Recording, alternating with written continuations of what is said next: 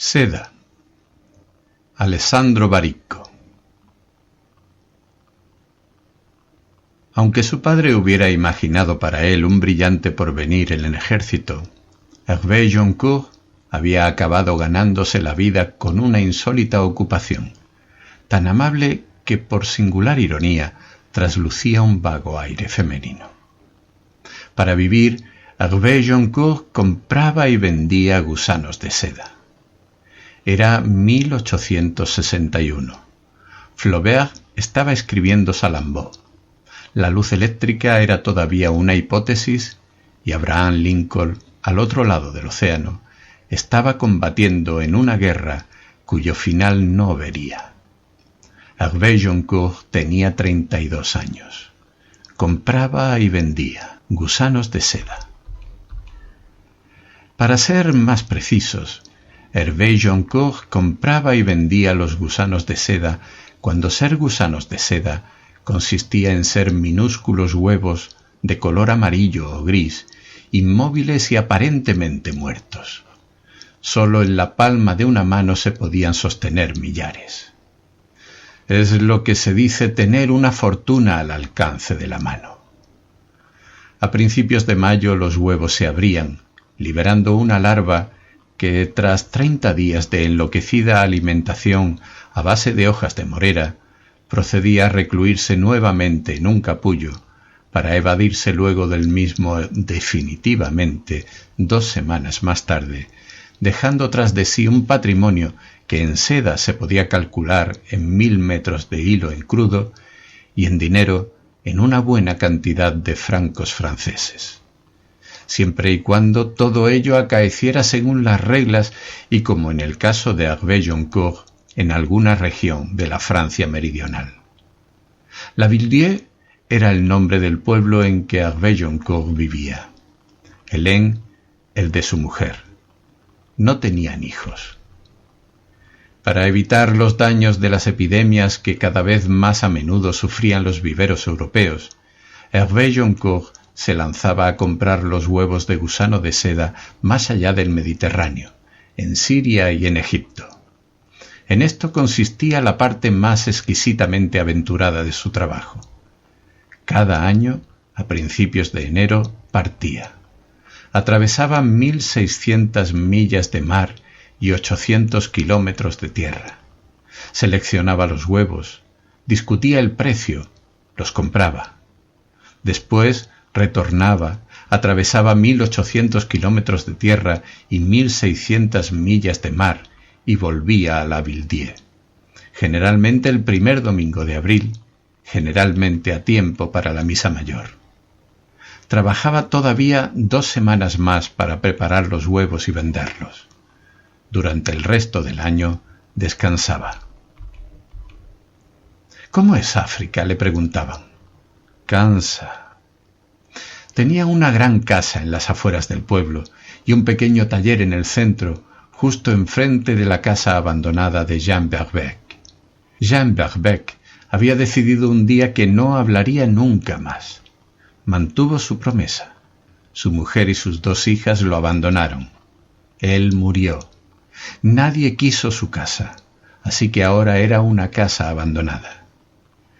Comprando y vendiendo gusanos de seda, las ganancias de Hervé Joncourt ascendían cada año lo suficiente como para procurarse a sí mismo y a su mujer esas comodidades que en provincia se tiende a considerar lujos. Gozaba discretamente de sus posesiones y la perspectiva verosímil de acabar siendo realmente rico lo dejaba completamente indiferente. Era, por lo demás, uno de esos hombres que prefieren asistir a su propia vida y consideran improcedente cualquier aspiración a vivirla. Habrán observado que son personas que contemplan su destino de la misma forma en que la mayoría acostumbra a contemplar un día de lluvia. Si se lo hubieran preguntado, Hervé Joncourt habría respondido que su vida continuaría de ese modo para siempre. A inicios de los años 60, sin embargo, la epidemia de pebrina que había destruido los huevos de los cultivos europeos se extendió a través del mar, alcanzando a África y, según algunos, incluso a la India. Hervé Joncourt volvió de su habitual viaje en 1861 con un cargamento de huevos que se reveló 2 meses después casi totalmente infectado. Para Lavilledieu, como para muchas otras ciudades que basaban su riqueza en la producción de seda, aquel año parecía representar el principio del fin. La ciencia se mostraba incapaz de comprender las causas de la epidemia, y todo el mundo, hasta en las regiones más alejadas, parecía prisionero de aquel sortilegio sin explicación. «Casi todo el mundo», dijo en voz baja Valdaviou. «Casi», vertiendo 2 dedos de agua en su pernod. Valdaviou era el hombre que 20 años antes había llegado al pueblo, se había encaminado directamente al despacho del alcalde, había entrado allí sin hacerse anunciar, había depositado sobre su mesa una bufanda de seda de color dorado y le había preguntado: «¿Sabéis qué es esto?» «Cosas de mujeres». «Error. Cosas de hombres. Dinero». El alcalde hizo que lo echaran a la calle. Él construyó una hilandería junto al río, una cabaña para la cría de gusanos de seda al abrigo del bosque y una pequeña iglesia consagrada a Santa Inés en el cruce con la carretera de Viviers. Contrató a una 30 de trabajadores, hizo llegar desde Italia una misteriosa máquina de madera llena de ruedas y engranajes y no dijo nada más durante 7 meses. Después volvió a ver al alcalde depositando sobre su mesa bien ordenados 30.000 francos en billetes grandes. «¿Sabe qué es esto?» «Dinero». «Error. Es la prueba de que sois un idiota». Después los recogió, se los metió en la bolsa y se dispuso a marcharse. El alcalde lo detuvo. «¿Qué demonios tengo que hacer?» «Nada. Nada, y seréis el alcalde de un pueblo rico». 5 años después, Lavilledieu tenía 7 hilanderías y se había convertido en uno de los principales centros europeos de cría de gusanos y producción de seda. No todo era propiedad de Valdaviou. Otros notables y terratenientes de la zona le habían seguido en aquella curiosa aventura empresarial. A cada uno de ellos, Valdaviou le había revelado sin más problemas los secretos del oficio. Eso lo divertía mucho más que ganar dinero a espuertas. Enseñar y tener secretos que contar. Así era aquel hombre. Valdaviou era también el hombre que 8 años antes había cambiado la vida de Hervé Joncourt. Eran los tiempos en que las primeras epidemias habían empezado a afectar a la producción europea de huevos de gusanos de seda. Sin alterarse, Valdaviou había estudiado la situación y había llegado a la conclusión de que el problema no podía ser resuelto, sino que debía ser evitado. Tenía una idea. Solo le faltaba el hombre adecuado. Se dio cuenta de que lo había encontrado cuando vio a Hervé Joncourt pasar por delante del café de Verdun, tan elegante con su uniforme de alférez de infantería y orgulloso de su porte de militar de permiso. Tenía 24 años en aquel entonces. Valdaviou lo invitó a su casa. Abrió delante de él un atlas repleto de nombres exóticos y le dijo: «¡Felicidades! Por fin has encontrado un trabajo serio, muchacho». Hervé Joncourt estuvo escuchando toda una historia que hablaba de gusanos de seda, de huevos, de pirámides y de viajes en barco. Luego dijo: «No puedo». «¿Por qué?» «Dentro de 2 días se me acaba el permiso. Tengo que volver a París». «¿Carrera militar?» «Sí, así lo ha decidido mi padre». «Eso no es ningún problema». Cogió a Hervé Joncourt y lo llevó hasta su padre. «¿Sabéis quién es este?», le preguntó tras haber entrado en su despacho sin hacerse anunciar. «Mi hijo». «Fijaos bien». El alcalde se recostó contra el respaldo de su sillón de piel mientras empezaba a sudar. «¿Mi hijo Hervé, que dentro de 2 días volverá a París, donde le espera una brillante carrera en nuestro ejército, si Dios y Santa Inés lo quieren?» «Exacto. Solo que Dios está ocupado en otra parte y Santa Inés detesta a los militares». Un mes después, Hervé Joncourt partió hacia Egipto. Viajó en un barco que se llamaba Adel. Hasta los camarotes llegaba el olor de la cocina. Había un inglés que decía que había combatido en Waterloo. La noche del tercer día vieron delfines que brillaban en el horizonte como olas embriagadas.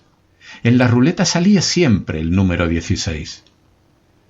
Volvió 2 meses después, el primer domingo de abril, a tiempo para la misa mayor, con millares de huevos conservados entre algodones en 2 grandes cajas de madera.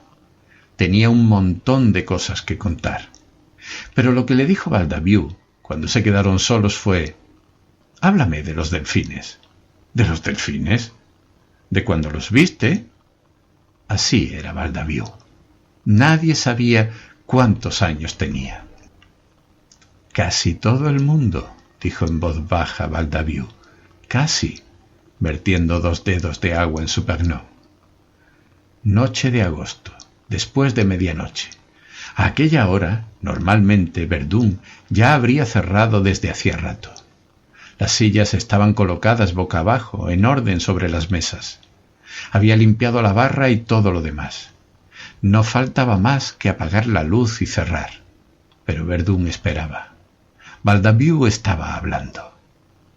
Sentado frente a él, Hervé Joncourt, con un cigarrillo apagado entre los labios, escuchaba inmóvil. Como 8 años antes, dejaba que aquel hombre reescribiera ordenadamente su destino. La voz le llegaba débil y nítida, escandida por periódicos sorbos de Pernod. No se detuvo durante minutos y minutos.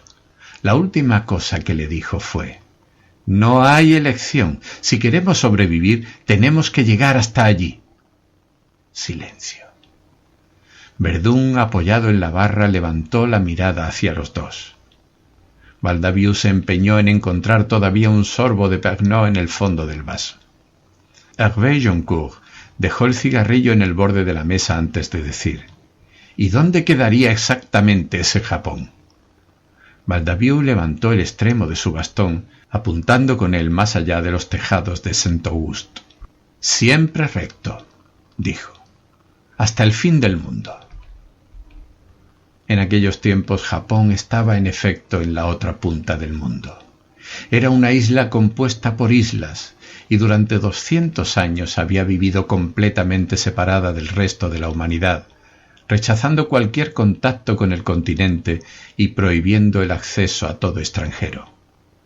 La costa china distaba casi 200 millas, pero un decreto imperial se había encargado de mantenerla todavía más alejada, prohibiendo en toda la isla la construcción de barcos con más de un mástil. Según una lógica a su manera ilustrada, la ley no prohibía, sin embargo, la expatriación, pero condenaba a muerte a los que intentaban regresar. Los mercaderes chinos, holandeses e ingleses habían intentado repetidas veces romper con aquel absurdo aislamiento, pero sólo habían logrado crear una frágil y peligrosa red de contrabando. Habían ganado poco dinero, muchos problemas y algunas leyendas, buenas para contar en los puertos por las noches. Donde ellos habían fracasado tuvieron éxito, gracias a la fuerza de las armas los americanos. En julio de 1853, el almirante Matthew C. Perry entró en la bahía de Yokohama con una moderna flota de buques a vapor y entregó a los japoneses un ultimátum en el que se auspiciaba la apertura de la isla a los extranjeros. Nunca antes habían visto los japoneses una embarcación capaz de surcar el mar con el viento en contra. Cuando 7 meses después Perry volvió para recibir la respuesta a su ultimátum, el gobierno militar de la isla se avino a afirmar que sancionaba la apertura a los extranjeros de 2 puertos en el norte del país y el establecimiento de las primeras, mesuradas, relaciones comerciales. «El mar que rodea esta isla», declaró el almirante con cierta solemnidad, «es desde hoy mucho menos profundo». Baldaviu conocía todas estas historias. Sobre todo conocía una leyenda que se oía repetidas veces entre quienes habían estado tan lejos. Decía que en aquella isla se producía la seda más bella del mundo. Lo hacían desde hacía más de 1000 años, según ritos y secretos que habían alcanzado una mística exactitud. Lo que Baldaviu pensaba es que no se trataba de una leyenda, sino de la pura y simple verdad. Una vez había tenido entre sus dedos un velo tejido con hilo de seda japonés. Era como tener la nada entre los dedos. Así, cuando parecía que todo se iba al diablo por aquella historia de la pebrina y de los huevos enfermos, lo que pensó fue: esa isla está llena de gusanos de seda, y una isla a la que en 200 años no han conseguido llegar ni un comerciante chino ni un asegurador inglés, es una isla a la que no llegará nunca ninguna enfermedad. No se limitó a pensarlo. Se lo dijo a todos los productores de seda de la Villedieu, después de haberlos convocado en el café de Verdun. Ninguno de ellos había oído jamás hablar del Japón. ¿Tendremos que atravesar el mundo para ir a comprar unos huevos como Dios manda a un lugar donde si ven a un extranjero lo ahorcan? Lo ahorcaban, puntualizó Baldaviu. No sabían qué pensar. A alguno se le ocurrió una objeción. ¿Habrá algún motivo por el cual a nadie en el mundo se le ha ocurrido ir hasta allí a comprar los huevos? Baldaviu podía haberse pavoneado recordando que en el resto del mundo no había ningún otro Baldaviu, pero prefirió presentar las cosas tal como eran. Los japoneses se han resignado a vender su seda, pero los huevos, esa es otra historia. Los huevos no los sueltan, y si intentas sacarlos de la isla, estás cometiendo un crimen. Los productores de seda de la Villedieu eran, quien más quien menos, gente de bien, y nunca habrían pensado en infringir ninguna de las leyes de su país. La hipótesis de hacerlo en la otra punta del mundo, sin embargo, les pareció razonablemente sensata. Era 1861. Flaubert estaba acabando Salambó. La luz eléctrica era todavía una hipótesis, y Abraham Lincoln, al otro lado del océano, estaba combatiendo en una guerra cuyo final no vería. Los criadores de gusanos de seda de la Villedieu se unieron en consorcio y recogieron la cantidad considerable necesaria para la expedición. A todos les pareció lógico confiarla a Hervé Joncourt. Cuando Baldaviu le pidió que aceptara, él respondió con una pregunta: ¿y dónde quedaría exactamente ese Japón? Sigue recto, hasta el fin del mundo. Partió el 6 de octubre, solo. A las puertas de la Villedieu abrazó a su mujer Hélène y le dijo simplemente: «No debes tener miedo de nada». Era una mujer alta, se movía con lentitud, tenía un largo cabello negro que nunca se recogía en la cabeza, tenía una voz bellísima. Hervé Joncourt partió con 80.000 francos en oro y los nombres de 3 hombres que le proporcionó Baldaviu: un chino, un holandés y un japonés. Cruzó la frontera cerca de Metz, atravesó Württemberg y Baviera, entró en Austria, llegó en tren a Viena y Budapest para proseguir después hasta Kiev. Recorrió a caballo 2000 kilómetros de estepa rusa, superó los Urales, entró en Siberia, viajó durante 40 días hasta llegar al lago Baikal, al que la gente del lugar llamaba mar. Descendió por el curso del río Amur, bordeando la frontera china hasta el océano, y cuando llegó al océano se detuvo en el puerto de Sabirk durante 11 días, hasta que un barco de contrabandistas holandeses le llevó a Cabo Teraya, en la costa oeste del Japón. A pie, viajando por caminos, atravesó las provincias de Ishikawa, Toyama, Niigata, entró en la de Fukushima y llegó a la ciudad de Shirakawa.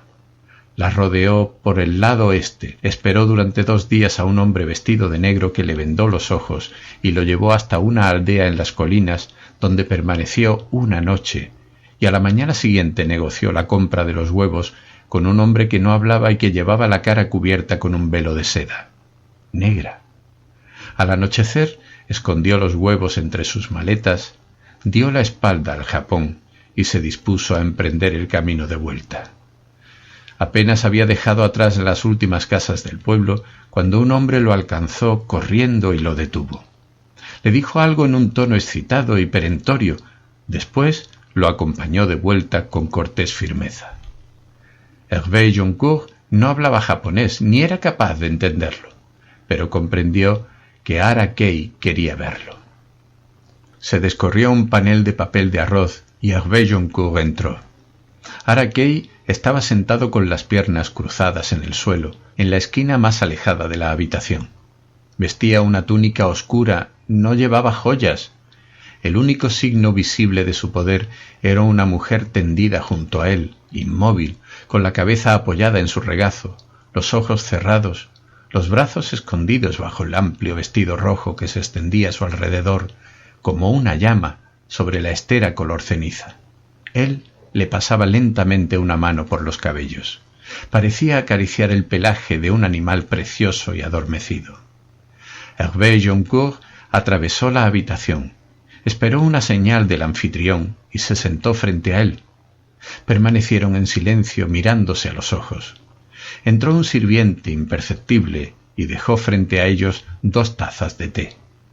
Después desapareció en la nada.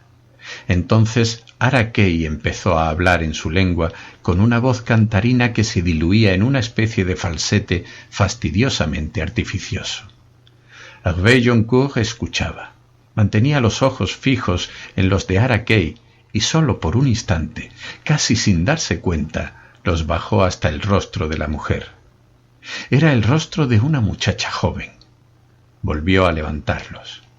Ara-Kei se detuvo, levantó una de las tazas de té, la llevó a los labios, dejó pasar unos instantes y dijo: «Intentad explicarme quién sois». Lo dijo en francés, arrastrando un poco las vocales, con una voz ronca, veraz. Al hombre más inexpugnable del Japón, al amo de todo lo que el mundo conseguía arrancar de aquella isla, Hervé Joncourt intentó explicarle quién era. Lo hizo en su lengua, hablando lentamente, sin saber con precisión si Ara-Kei era capaz de entenderlo. Instintivamente renunció a cualquier clase de prudencia, refiriendo simplemente, sin invenciones y sin omisiones, todo aquello que era cierto. Exponía uno tras otros pequeños detalles y cruciales acontecimientos, con la misma voz y gestos apenas esbozados, imitando el hipnótico discurrir, melancólico y neutral, de un catálogo de objetos salvados de un incendio. Ara-Kei escuchaba sin que la sombra de un gesto descompusiera los rasgos de su rostro. Mantenía los ojos fijos en los labios de Hervé Joncourt, como si fueran las últimas líneas de una carta de despedida. En la habitación todo estaba tan silencioso e inmóvil que pareció un hecho desmesurado lo que acaeció inesperadamente y que sin embargo no fue nada. De pronto, sin moverse lo más mínimo, aquella muchacha abrió los ojos. Hervé Joncourt no dejó de hablar, pero bajó la mirada instintivamente hacia ella y lo que vio, sin dejar de hablar, fue que aquellos ojos no tenían sesgo oriental y que se hallaban dirigidos con una intensidad desconcertante hacia él, como si desde el inicio no hubieran hecho otra cosa por debajo de los párpados. Hervé Joncourt dirigió la mirada a otra parte con toda la naturalidad de que fue capaz, intentando continuar su relato sin que nada en su voz pareciera diferente. Se interrumpió solo cuando sus ojos repararon en la taza de té posada en el suelo frente a él. La cogió con una mano, la llevó hasta los labios y bebió lentamente. Reemprendió su relato mientras la posaba de nuevo frente a sí.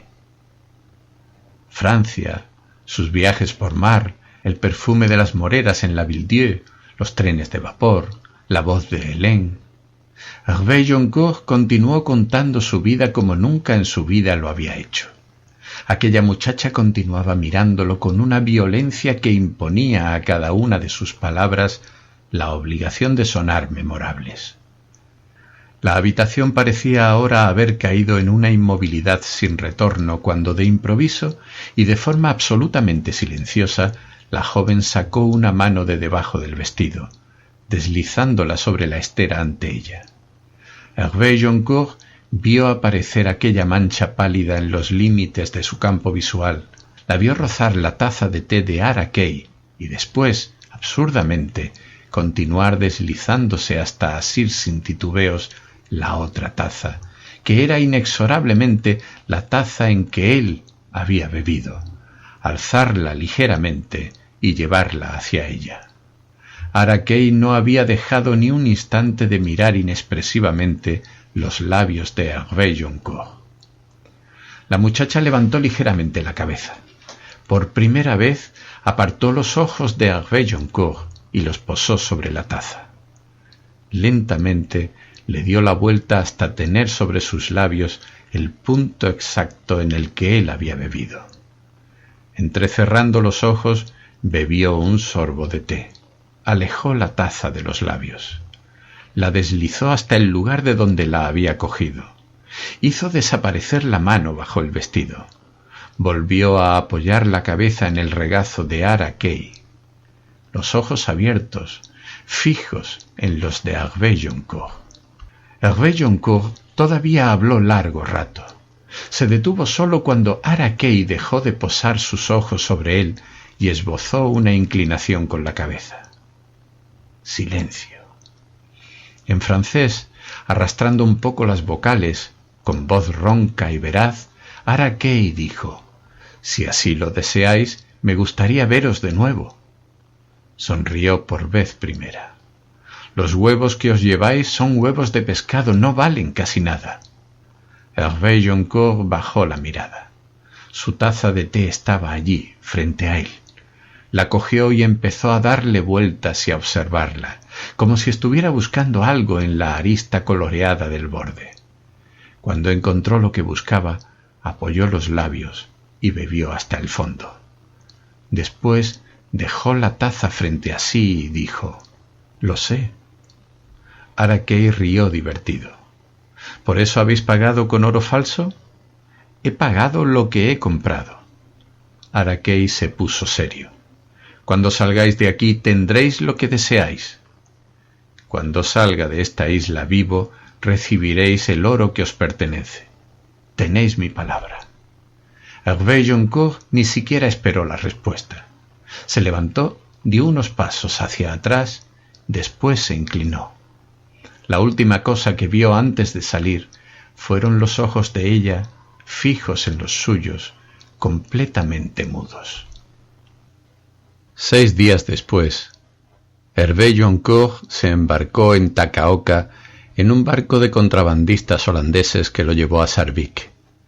Desde allí ascendió por la frontera china hasta el lago Baikal, atravesó 4.000 kilómetros de tierra siberiana, superó los Urales, llegó hasta Kiev y recorrió en tren toda Europa de este a oeste hasta entrar después de 3 meses de viaje en Francia.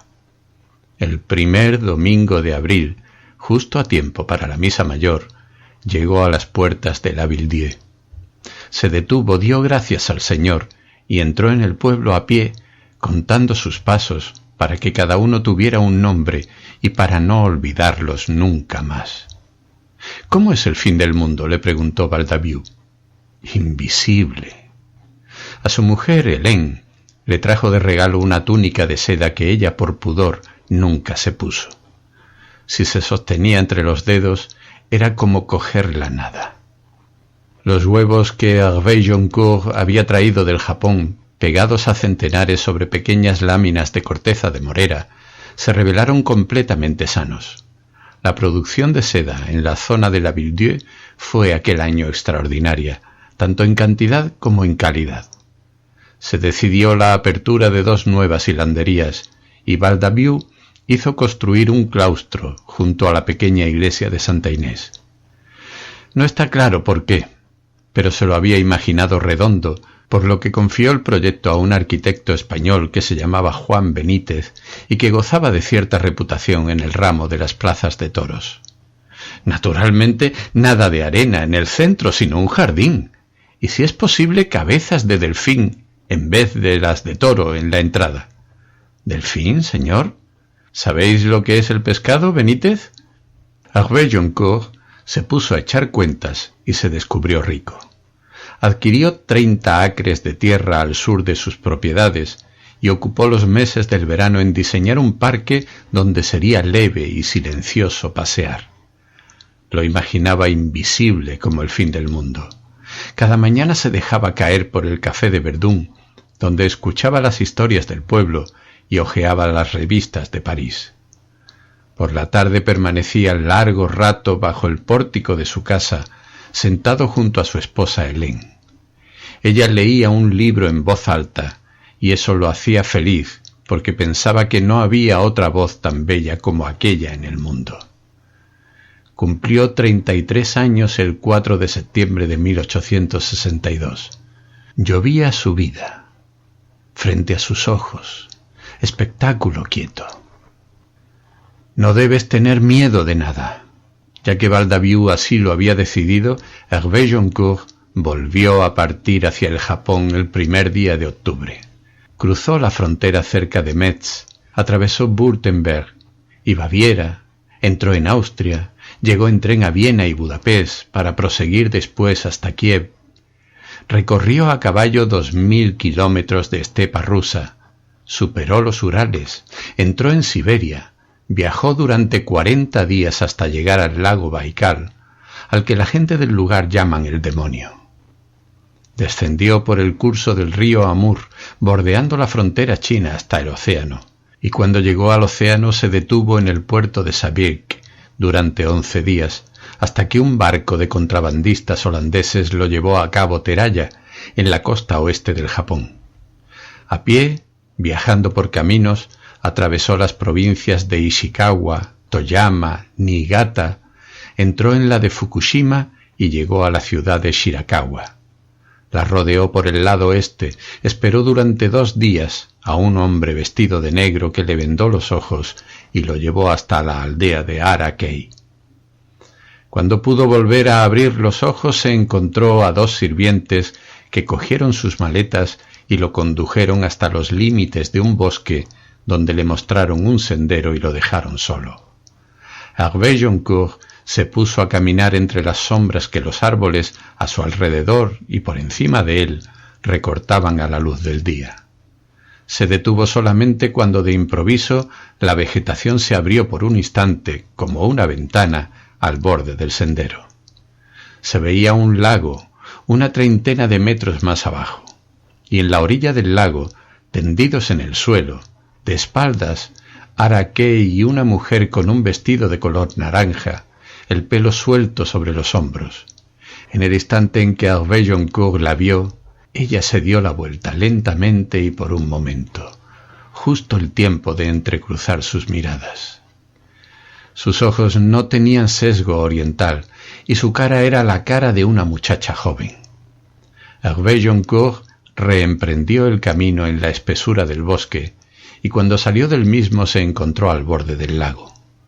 A pocos pasos delante de él, Arakei, solo, de espaldas, permanecía sentado, inmóvil, vestido de negro. A su lado había un vestido de color naranja, abandonado en el suelo, y 2 sandalias de paja. Hervé Joncourt se acercó. Minúsculas olas circulares depositaban el agua del lago en la orilla, como enviadas allí desde lejos. «Mi amigo francés», murmuró Arakei sin darse la vuelta. Pasaron horas, sentados uno junto a otro, hablando y callando.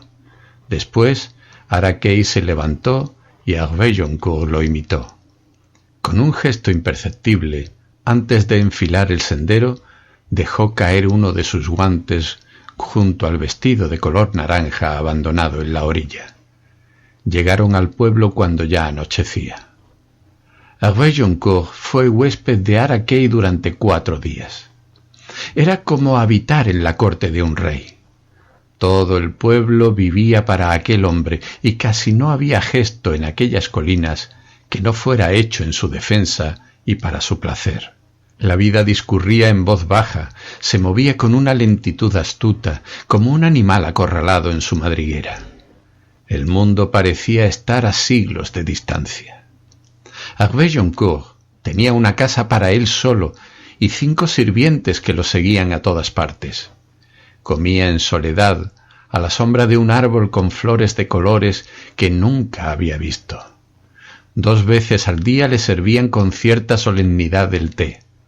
Por la noche lo acompañaban a la sala más grande de la casa, en la que el suelo era de piedra y donde se consumaba el ritual del baño.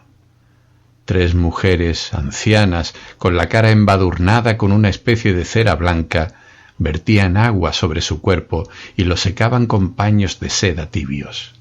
Tenían las manos leñosas, pero ligerísimas. La mañana del segundo día, Hervé Joncourt vio llegar al pueblo a un blanco acompañado por 2 carros llenos de grandes cajas de madera. Era un inglés. No estaba allí para comprar. Estaba allí para vender. «¿Armas, monsieur? ¿Y vos?» «Yo compro. Gusanos de seda». Cenaron juntos. El inglés tenía muchas historias que contar. Hacía 8 años que iba de un lado a otro, desde Europa hasta Japón. Hervé Joncourt lo estuvo escuchando y solo al final le preguntó: «¿Conocéis a una mujer joven, creo que europea, blanca, que vive aquí?» El inglés continuó comiendo impasible. «No existen mujeres blancas en Japón. No hay ni una sola mujer blanca en Japón». Partió al día siguiente cargado de oro. Hervé Joncourt volvió a ver a Arrakei solo la mañana del tercer día. Se dio cuenta de que sus 5 sirvientes habían desaparecido de repente, como por arte de magia, y después de algunos instantes lo vio llegar. Aquel hombre por el que todos en aquel pueblo vivían se movía siempre en una burbuja de vacío, como si un precepto tácito ordenara al mundo que lo dejaran vivir solo. Subieron juntos la falda de la colina hasta llegar a un claro, donde el cielo era surcado por el vuelo de decenas de pájaros con grandes alas azules. «La gente de aquí mira cómo vuelan y en su vuelo lee el futuro», dijo Arrakei. «Cuando era niño, mi padre me llevó a un lugar como este, me puso en la mano su arco y me ordenó tirarle a uno. Lo hice y un gran pájaro de alas azules se precipitó al suelo como una piedra muerta. «Lee el vuelo de tu flecha si quieres saber tu futuro», me dijo mi padre. Volaban lentamente, subiendo y bajando en el cielo, como si quisieran borrarlo meticulosamente con sus alas. Regresaron al pueblo caminando bajo la luz extraña de una tarde que parecía una noche. Llegados a la casa de Hervé Joncourt, se despidieron. Arrakei se volvió y se puso a caminar lentamente, bajando por el sendero que bordeaba el río. Hervé Joncourt permaneció de pie en el umbral, contemplándolo. Esperó a que estuviera a una 20 de pasos. Después dijo: «¿Cuándo me dirás quién es aquella muchacha?» Arrakei siguió caminando con un paso lento, ajeno a cualquier forma de cansancio. A su alrededor reinaba el más absoluto silencio y el vacío. Como cumpliendo un extraño precepto, a donde quiera que fuese, aquel hombre andaba en una soledad sin condiciones y absoluta. La mañana del último día, Hervé Joncourt salió de su casa y comenzó a vagar por la aldea. Se cruzaba con hombres que se inclinaban a su paso y mujeres que bajando la mirada le sonreían. Comprendió que se hallaba en las inmediaciones de la residencia de Arrakei cuando vio una gigantesca jaula que guardaba un increíble número de pájaros de todo tipo. Un espectáculo. Arrakei le había contado que se los había hecho traer de todas las partes del mundo.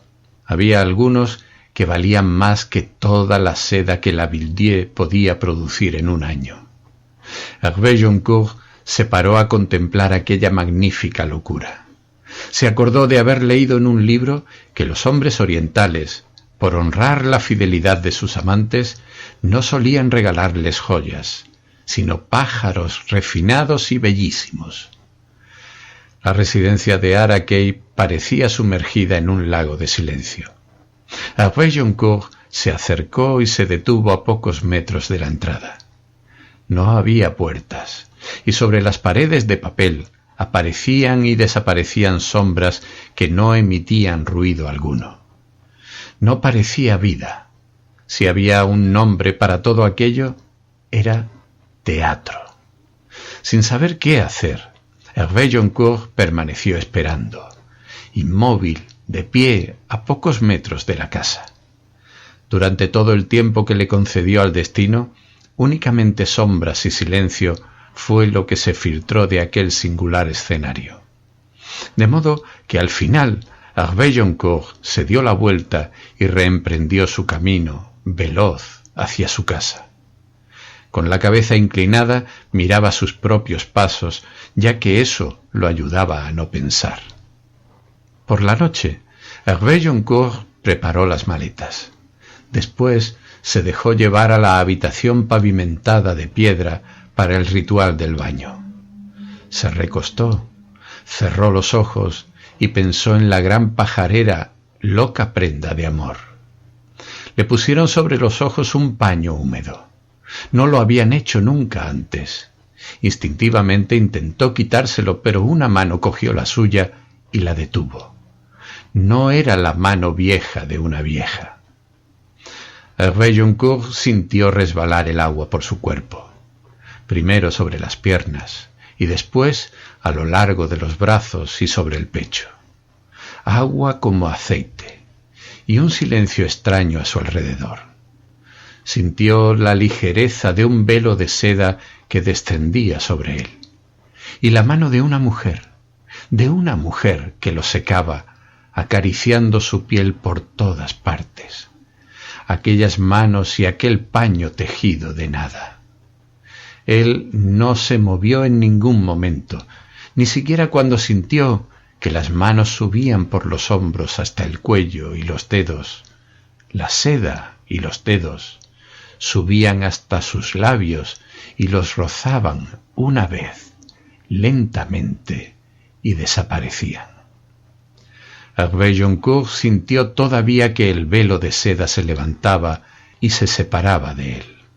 La última cosa fue una mano que abría la suya y que dejaba algo en la palma. Esperó largamente en el silencio sin moverse. Después, con lentitud, se quitó el paño mojado de los ojos. No había ya luz apenas en la habitación. No había nadie a su lado.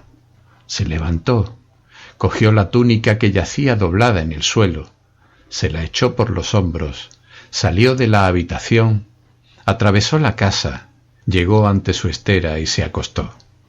Se puso a observar la luz que temblaba borrosa en la lámpara y con cuidado detuvo el tiempo durante todo el tiempo que lo deseó. No fue nada después abrir la mano y ver aquella hoja de papel, pequeña, unos pocos ideogramas dibujados uno debajo del otro, tinta negra.